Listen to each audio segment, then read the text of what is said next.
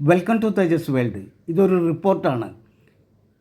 Steel and industrial forgings ലിമിറ്റഡിലെ സ്ഥാപനത്തിൽ നിന്നും സേവനാനന്തരം വിരമിച്ചവരുടെ ഒരു കൂട്ടായ്മയാണ് SIFL എക്സ് എംപ്ലോയീസ് അസോസിയേഷൻ അത്താണി.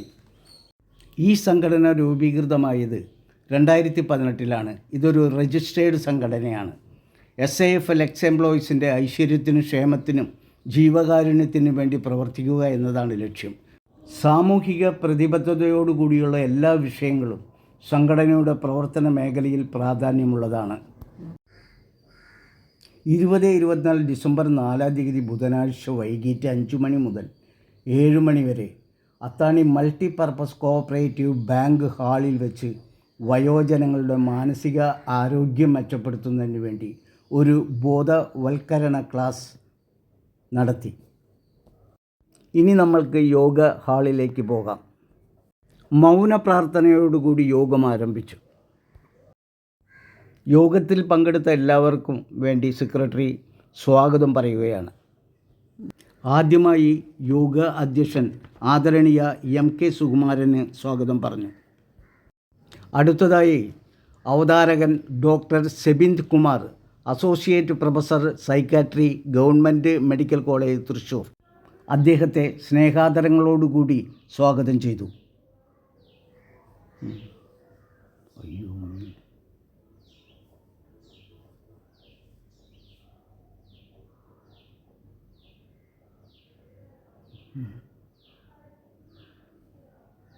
പിന്നീട് ബഹുമാനപ്പെട്ട വടക്കാഞ്ചേരി 31-ാം ഡിവിഷൻ കൗൺസിലർ ശ്രീ ഉദയബാലന് സ്വാഗതം അർപ്പിച്ചു.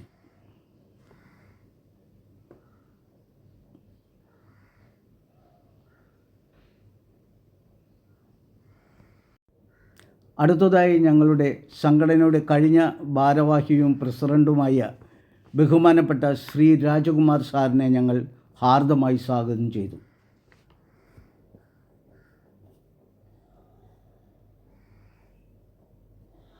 ഈ സംരംഭത്തെ ധന്യമാക്കിയ എല്ലാ ക്ഷണിതാക്കൾക്കും സ്നേഹാദരങ്ങളോടെ സ്വാഗതം പറഞ്ഞു.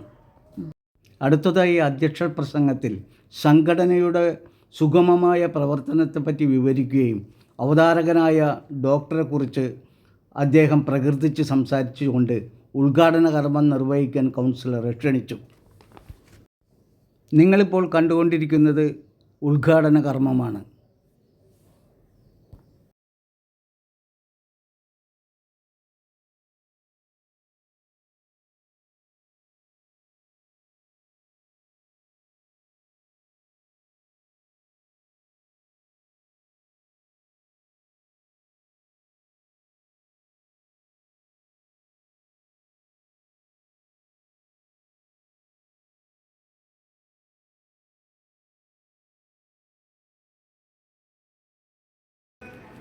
ഉദ്ഘാടനത്തിന് ശേഷം ഡോക്ടർ വിഷാദരോഗത്തെപ്പറ്റിയും ചികിത്സയെപ്പറ്റിയും മാനസിക ആരോഗ്യത്തെപ്പറ്റിയും ക്ലാസുകൾ അംഗങ്ങൾക്ക് എടുത്തു.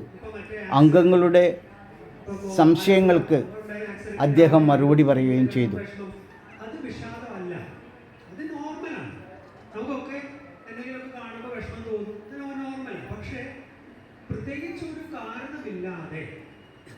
രണ്ടാഴ്ചയിൽ കൂടുതൽ നിങ്ങളുടെ മനസ്സിങ്ങനെ വിഷമത്തിലാണെങ്കിൽ അത് വിഷാദരോഗത്തിൻ്റെ ഒരു ലക്ഷണമാകാം.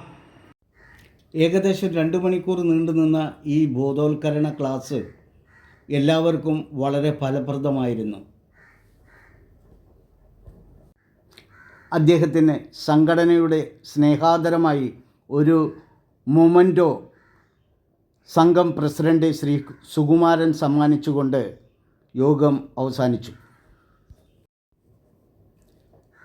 അവസാനം joint secretary Shri KV Janardhanan നന്ദിയോടുകൂടി യോഗം അവസാനിപ്പിച്ചു.